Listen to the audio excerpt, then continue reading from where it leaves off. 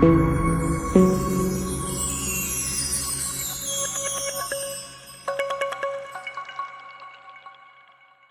teman-teman semuanya, apa kabarnya?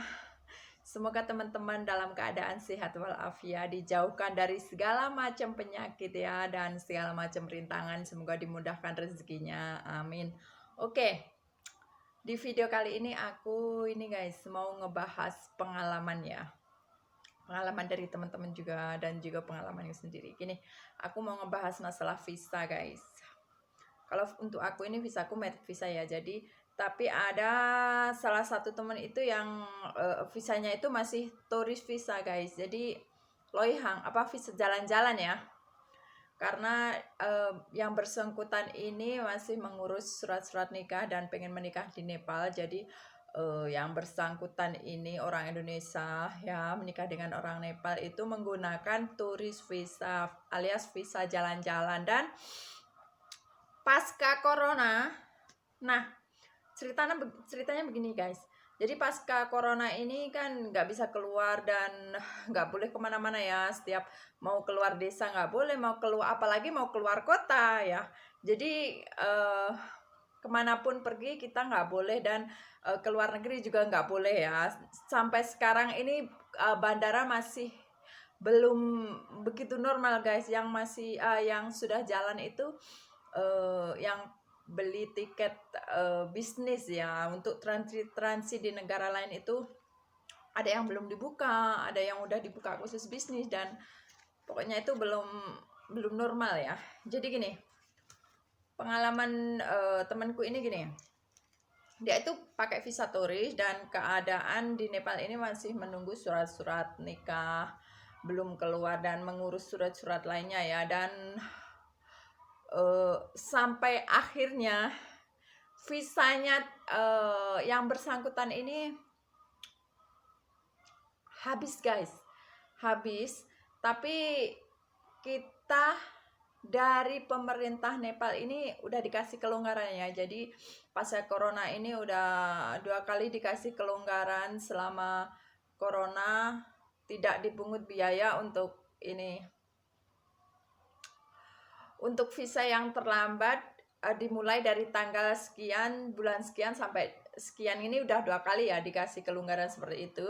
Dan tapi untuk banyak sekali teman-teman itu yang ini nggak paham ya. Jadi maksudnya nggak paham itu untuk masalah kelonggaran,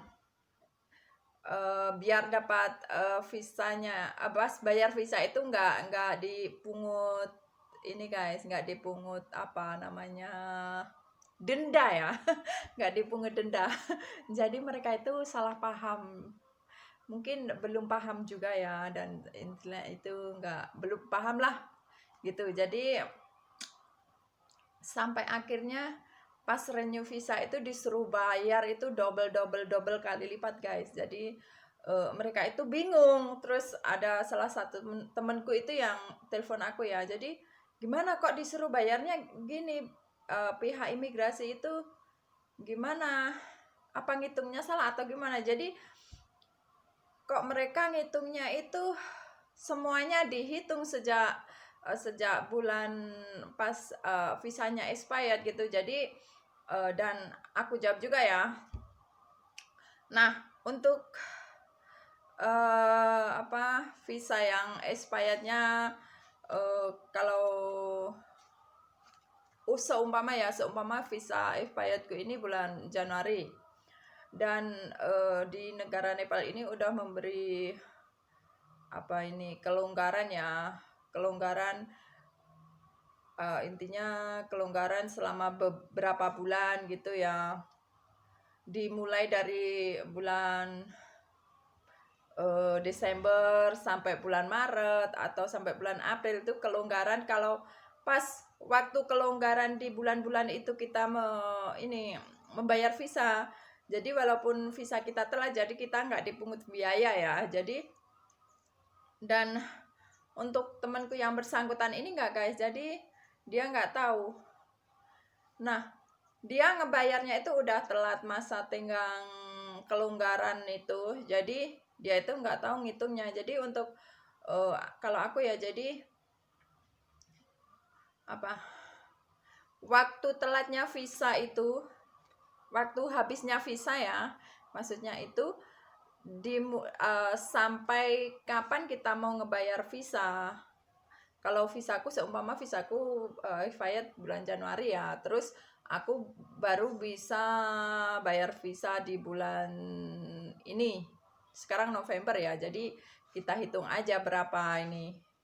Dari Januari ke November ini berapa bulan, jadi 11 bulan ya. Jadi semuanya itu dihitung 11 bulan plus dengan dendanya. Jadi seperti itu ya hitungannya di imigrasi. Dan untuk dendanya ini, untuk turis visa aku juga nggak tahu ya. Jadi untuk teman-teman yang mungkin kaget kok disuruh bayar mahal begini gimana itu, jadi kita ngitungnya itu sejak hari dimana visa kita itu expired guys, bukan dari hari, tanggal dan bulan dimana immigration Nepal itu memberi kita keringanan nggak usah bayar denda, itu bukan ya. Jadi kita itu harus ngebayar semuanya itu sejak dari visa kita expire. Jadi untuk mbak-mbaknya yang mungkin ada yang bingung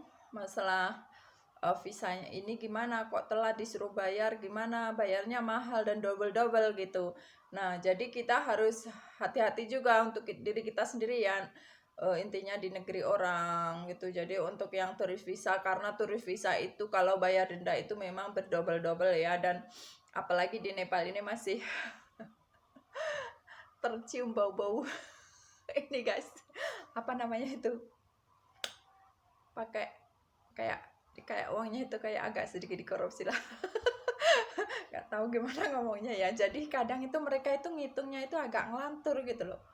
Banyak banget itu pengalaman dari teman-teman itu disuruh bayar itu double. Ada yang pas disuruh bayar double begini, nah pas mereka tanya lagi tanya disuruh bayar lagi murah gitu. Jadi mereka itu kadang itu ngitungnya itu ngelantur gitu loh.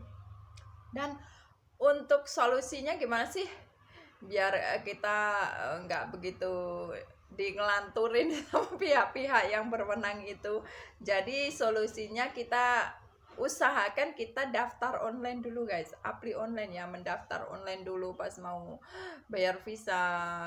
Walaupun visa kita ini telat udah beberapa bulan kan pasca corona ya, jadi kita daftar dulu online, jadi kita tahu berapa sih kita disuruh bayar itu kira-kira gitulah intinya ya. Jadi kita tahulah mungkin kalau disuruh bayar lebih atau gimana gitu. Jadi kemungkinan besar itu kalau kita sudah mendaftar online, mereka itu nggak kebanyakan cincong guys, karena kita udah mendaftar online dan kita tinggal ke bank ngebayar ya, bayar gitu, dan terus proses-proses dan proses selanjutnya ya. Jadi untuk teman-teman mbak-mbaknya yang mungkin punya pengalaman pahit intinya, dan untuk aku sendiri juga sekarang visaku ini sudah expired guys. Jadi aku belum datang ya. Jadi aku belum renew visa karena corona. Dan si Paijo juga takut corona karena di kota itu sangat horor sekali. Walaupun sekarang itu sudah lockdownnya itu udah dibuka dari sebulan yang lalu kayaknya ya, udah sebulan ini. Jadi tapi penderita corona itu semakin jadi, apalagi di kotanya itu semakin membabi buta guys. Jadi apa ya, takut lah ya kita. Jadi biarkan dulu lah. Nanti kita akan bayar walaupun dendanya berapa gitu. Itu kata si Pak Josi. Jadi untuk teman-teman yang belum paham masalah visa itu dan gimana sih cara bayarnya, maksudnya dendanya itu kok banyak banget gitu ya. Jadi harus kita kita hitung ya. Jadi kita ngitungnya itu jangan salah ya. Kalau masih nggak jelas lagi, teman-teman ini boleh tanya langsung ke pihak imigrasi, telepon dulu ya. Jadi biar yang rumahnya jauh-jauh, mungkin ada yang rumahnya itu di yang rumahnya itu di kampung, di pegunungan banget, dan perjalanan itu sampai 10 jam, 12 jam, sampai ada yang sehari semalam untuk datang ke imigrasi. Jadi teman-teman usahakan untuk telepon langsung aja dulu, oke? Jadi biar nggak bingung, oke guys? Oke, jadi mungkin videonya sampai di sini dulu karena durasinya udah terlalu panjang sekali ya. Takutnya teman-teman tuh bosan. Jadi untuk teman-teman yang kurang paham bisa komen di bawah atau lihat di deskripsi ya. Jadi nanti akan aku jelaskan di deskripsi juga, oke? Terima kasih semuanya. Bye bye.